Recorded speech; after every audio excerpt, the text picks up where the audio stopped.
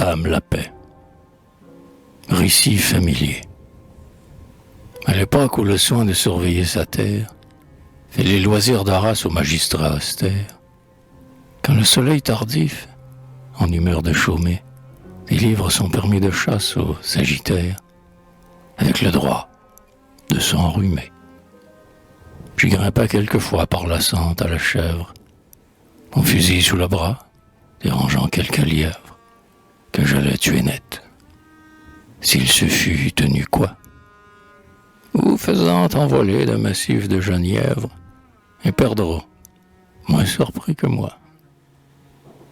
Bien avant qu'apparut entre les deux grands frênes, au détour du lavoir bordé de marjolaine, le toit pentif, accent jeté sur l'horizon, une clameur pareille au bruit de mer prochaine m'annonçait de loin la maison.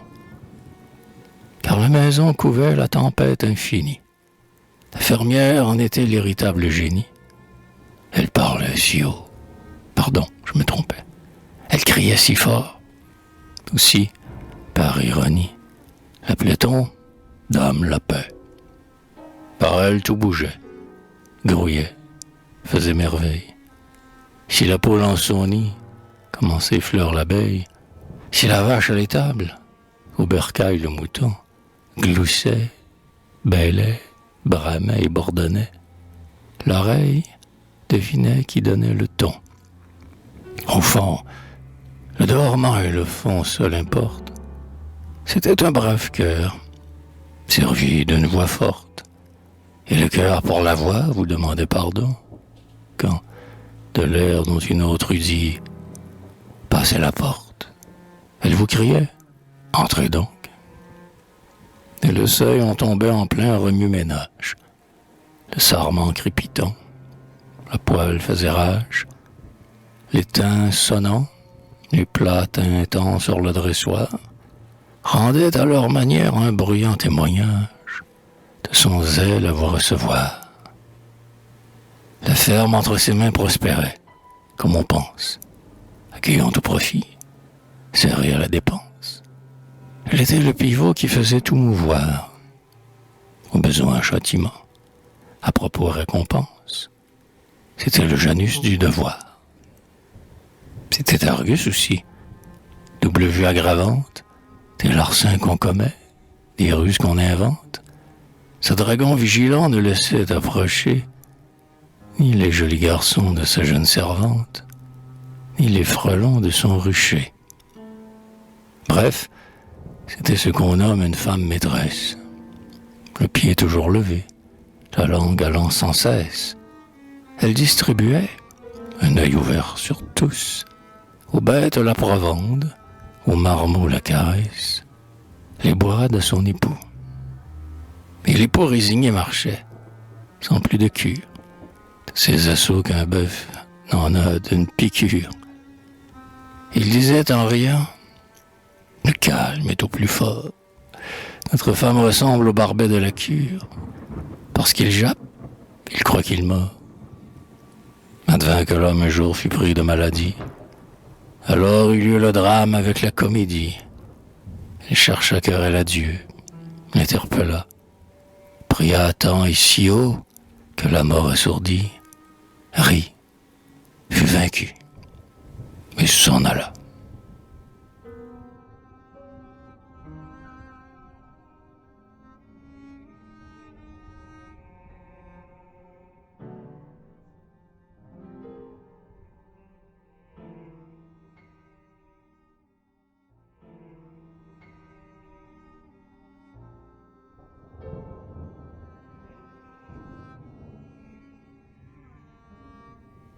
Dame la paix n'est plus.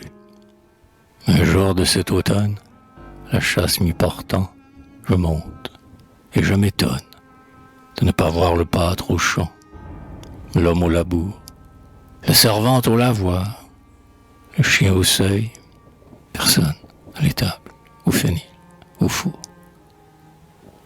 Dans la cour grande ouverte, à terre éparpillée, gisait, fumier déjà, des javelles souillées. L'auge n'avait pas d'eau, la crèche était sans foin, les râteaux édentés les faucilles rouillées, se cachaient, honteux, dans un coin. Quelques poules sans coq disputaient d'une paille. Un bœuf maigre aiguisait sa corne à la muraille. Un âne en liberté se demandait conseil.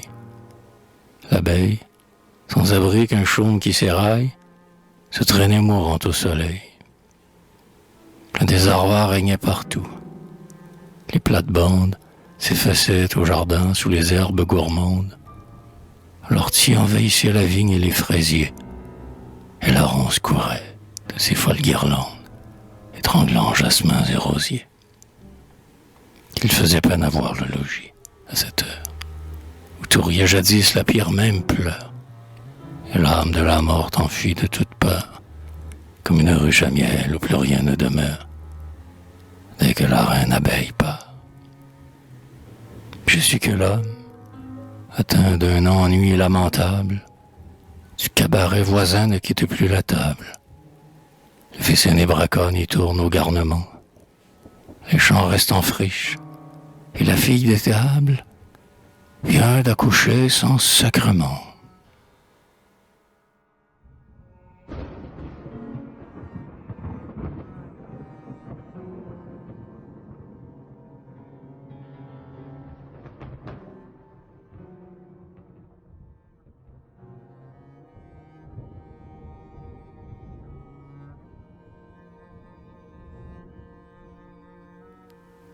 Pour la moralité, ma foi, je la hasarde. D'après un vieux chasseur à l'humeur goguenarde, Dieu, quand sa loi sévère au travail nous soumit, comme il prévoyait tout, fit Ève un peu criarde, de peur qu'Adam ne s'endormît.